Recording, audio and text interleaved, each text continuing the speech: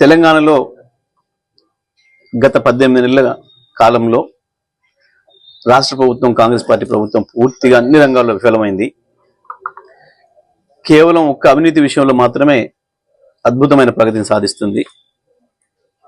ఎక్కడ వదలకుండా ఈ డిపార్ట్మెంట్, ఆ డిపార్ట్మెంట్ అని లేదు, అన్ని డిపార్ట్మెంట్లు పూర్తిగా అవినీతిమయమైపోయినాయి. కమిషన్లు అనేది చాలా సాధారణమైన పదం అయిపోయింది. చర్చ కూడా చాలా సాధారణంగా జరిగిపోయే పరిస్థితికి వచ్చింది. ఏ మంత్రి ఎంత సంపాదించిండు, వాటితోని ముఖ్యమంత్రి పదవుల కొరకు ఎట్లా పోటీ పడుతున్నారు అనేది ఇవాళ సాధారణ ప్రజానీకంలో కూడా చర్చ జరిగే స్థాయిలోకి దిగజారింది కాంగ్రెస్ పార్టీ ప్రతిష్ట, రాష్ట్ర ప్రభుత్వం యొక్క ప్రతిష్ట. కేవలం దీంట్లో నుంచి వెళ్ళి బయటపడడం కొరకు మా పైన ఏదో కేసులు పెట్టి, నోటీసులు ఇచ్చి, ఏదో డ్రామాలు చేసి తప్పించుకుంటామనే పద్ధతుల్లో, ఆలోచనతో ప్రభుత్వం పనిచేస్తూ ఉంది. ప్రత్యేకించి ఇప్పుడైతే గత నెల 15 రోజులుగా వ్యవసాయ రంగం విషయంలో ఈ ప్రభుత్వ నిర్లక్ష్యానికి ప్రతీకగా ధాన్యం కొనుగోలు కేంద్రాల్లో పోసిన వడ్లు మొలకలెత్తుతున్నాయి. పాపం రైతు ఇప్పుడు కొత్తగా మళ్ళీ వరి విత్తనాలు వేసుకోవాల్సిన రైతు, తూకాలు పోసుకోవాల్సిన రైతు, నాటు పోసుకోవాల్సిన రైతు అది అక్కడే లేకుండా కళ్ళంలో ఉన్న వడ్లే మొలకలెత్తి ఇక రైతును కొత్తగా వ్యవసాయ పని చేసుకునే పరిస్థితి లేకుండా చేస్తూ ఉన్నాయి. నేను నిన్న కళ్ళాల దగ్గరికి వెళ్తే చాలా కళ్ళల్లో పార్బాయిల్డ్ రైస్ మిల్లో పోయిన వాసన వస్తూ ఉంది. అన్నిసార్లు వడ్లు రైతులు తడిచి ముద్దయిపోయి ముక్కిపోయిన వాసన. రైతు పరిస్థితి చాలా దారుణంగా ఉంది.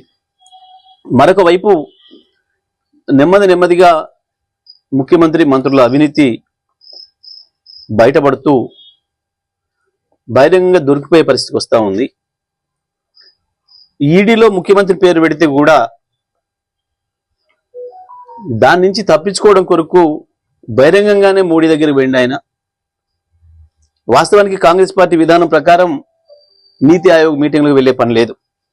ముఖ్యమంత్రి స్వయంగా అసెంబ్లీలో చెప్పినాడు, తెలంగాణ ముఖ్యమంత్రి గత శాసనసభలో, ఆ నీతి ఆయోగ్తో ఏమీ లేదు, దానికి పోయి అక్కడ లేదు అని వాస్తవానికి బహిష్కరించిండు గత నీతి ఆయోగ్.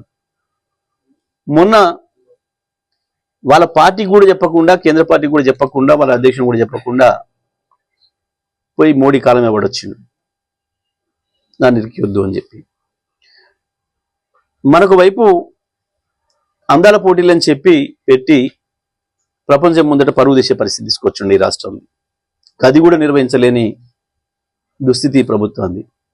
వీటన్నిటి నుంచి బయటపడడం కొరకు ఇవాళ మళ్ళా ఓ పనికిమాలిన కేసులో పనికిమాలిన నోటీస్ ఇచ్చి కేటీఆర్ గారికి దాన్ని పెద్ద వార్తల్లో పెడదామని అనుకున్నాడు. వాస్తవానికి అది చాలా స్పష్టంగా చెప్పారు కేటీఆర్ గారు. ఏ సౌను నేనే చెప్పినా, నేనే ఇప్పించినా అని చెప్పాడు. ఈ రాష్ట్ర అభివృద్ధి కొరకు చేసే పనులలో, కార్యక్రమంలో భాగంగా అది కూడా నేనే చేసిన, అధికారులు అది తప్పు లేదు అని చెప్పిండు. గతంలో వాళ్ళు పిలిస్తే పోయి 8 గంటలు కూర్చొని వాళ్ళు అడిగిన అన్నిటికీ చెప్పేసి వచ్చాడు. కానీ ఇవాళ కేటీఆర్ గారిని ఖండాంతరాల్లో కూడా పిలుస్తున్నారు. వారి విజన్, వారి యొక్క అభివృద్ధి నమూనా అది మాకందరికీ అవసరం అని చెప్పి ఒకవైపు లండన్లో, ఇంకొక వైపు తెలంగాణ స్వతంత్ర ఉత్సవాల్ని, తెలంగాణ రాష్ట్ర ఆవిర్భావ ఉత్సవాల్ని పెద్ద ఎత్తున అమెరికాలో నిర్వహిస్తూ అక్కడున్న తెలంగాణ పౌరులు, మన వాళ్ళు అక్కడికి ఆహ్వానిస్తే అక్కడికి కూడా వెళ్తున్నాడు. వాస్తవానికి ఈ 2 ప్రోగ్రామ్స్ ఉన్నాయనే విషయం ఎప్పుడో మీడియా పరంగానే ప్రకటించడం అందరికీ కూడా తెలుసు. కానీ వాటికి పోకుండా ఆపాలని చెప్పి ఒక చిల్లర ప్రయత్నం చేసిండు రేవంత్ రెడ్డి ఇవాళ ఏసీబీ నోటీసులు మళ్ళీ ఇవ్వడం ద్వారా. ఇవి ఏమైనా ఈ క్షణికానందాలు, శునకానందాలు తప్ప వీళ్ళవి అదో పనికిమాలిన కేసు, లొట్టపీసుల కేసు అని చెప్పి ఆనాడు చెప్పినాం. దాంట్లో ఏది కూడా లేదు. కానీ కేటీఆర్ని అడ్డుకుంటామని కేటీఆర్ని ఏదో వాటికి హాజరు కాకుండా ఆపాలని ఒక చిల్లర వేషం, ఇది చిల్లర ప్రయత్నం. ఇటువంటి పనికి మాలిన చిల్లర పనులతోని మీ ప్రభుత్వానికి ప్రతిష్ట రాదు, మీ కాంగ్రెస్ పార్టీకి పేరు రాదు, ఇంకా అబాస్ పాలవడం తప్ప ప్రజల్లో అంతకుమించి ఏమీ జరగదు. ఇప్పటికీ నవ్వుల పాలైనరు, మీకు సోయలేదు కావచ్చు, మీరు ప్రజలు ఏమనుకుంటారో వినడానికి మీకు ఇంట్రెస్ట్ లేదు కాబట్టి వింటలేరు. కానీ ప్రజలు మీ గురించి మాట్లాడుతున్న భాష, మిమ్మల్ని తిడుతున్న తిట్లు, మీకు పెడుతున్న శాపనార్థాలు కళ్ళాలలో రైతాంగం కావచ్చు, ప్రజలు కావచ్చు, అవి నిజంగా కనుక మీరు ఆ చెవులకు అడ్డం పెట్టుకున్నవి గుడ్డలు తీసేసి వింటే గుండె బగిలి చేస్తారు. అటువంటి రోదనలు వినిపిస్తా ఉన్నాయి అవతల రైతుల నుంచి, వ్యవసాయదారుల నుంచి. కానీ కేవలం కేటీఆర్ నోటీసులు ఇచ్చో, కేసీఆర్ నోటీసులు ఇచ్చో, ఏదో చేసి మీడియాలో బతికితే కానీ ప్రజలలో బ్రతకలేరు, ప్రజల నోర్లకు అడ్డుకట్ట వేయలేరు, మా కార్యక్రమాలకు అడ్డుకట్ట వేయలేరు, మమ్మల్ని భయపెట్టలేరు. కేటీఆర్నో కేసీఆర్నో నోటీసులు ఇచ్చి కేసులలో పిలిచి ఏదో భయపెట్టిస్తామనో అవమానిస్తామో అనుకుంటే అంతకు మించిన మూర్ఖత్వం లేదు. మరొక వైపు ఆంధ్రప్రదేశ్ జలదోపిడీ యథేచ్ఛగా సాగుతుంది. కృష్ణ అయిపోయింది, మొత్తం నాశనం చేసిండ్రు, కృష్ణను జరడబట్టిండ్రు, ఇప్పటికే దోసుకపోయినరు, అనేక ప్రాజెక్టులు నిర్మాణం చేసుకున్నారు. ఇక ఇప్పుడు చంద్రబాబు నాయుడు గోదావరి మీద కన్నేసిండు. గోదావరిని కూడా దోసుకుపోవడానికి అవతల మోడీ సహకారం కూడా తీసుకొని ముందుకు పోతున్నాడు. ఇటువంటి టైంలో మేము కాళేశ్వరం ద్వారా మేము 50 లక్షల ఎకరాలు, సిరిసిల్ల ఒక చిల్లర చేష్ట. వాస్తవానికి ముఖ్యమంత్రి అనేటోడు ఎక్కడ ఉంటే అక్కడ దాన్ని క్యాంప్ ఆఫీస్ అంటారు. ఇవాళ మరి ముఖ్యమంత్రి ఇంట్లో క్యాంప్ ఆఫీస్లో మోడీ ఫోటో పెట్టుకుంటాడా? ఆయన ఒకవేళ అది ఏదైనా ఉంటే ఆఫీసర్ల పని, ప్రోటోకాల్ చూడాల్సిన పని, ప్రధానమంత్రిది ఎక్కడ ఉండాలి ఫోటోలు, ముఖ్యమంత్రిది ఎక్కడ ఉండాలి, రాష్ట్రపతిది ఎట్లా ఉండాలి, గవర్నర్ది ఎట్లా ఉండాలి అనేవి చూడాల్సిన బాధ్యత అధికారులది.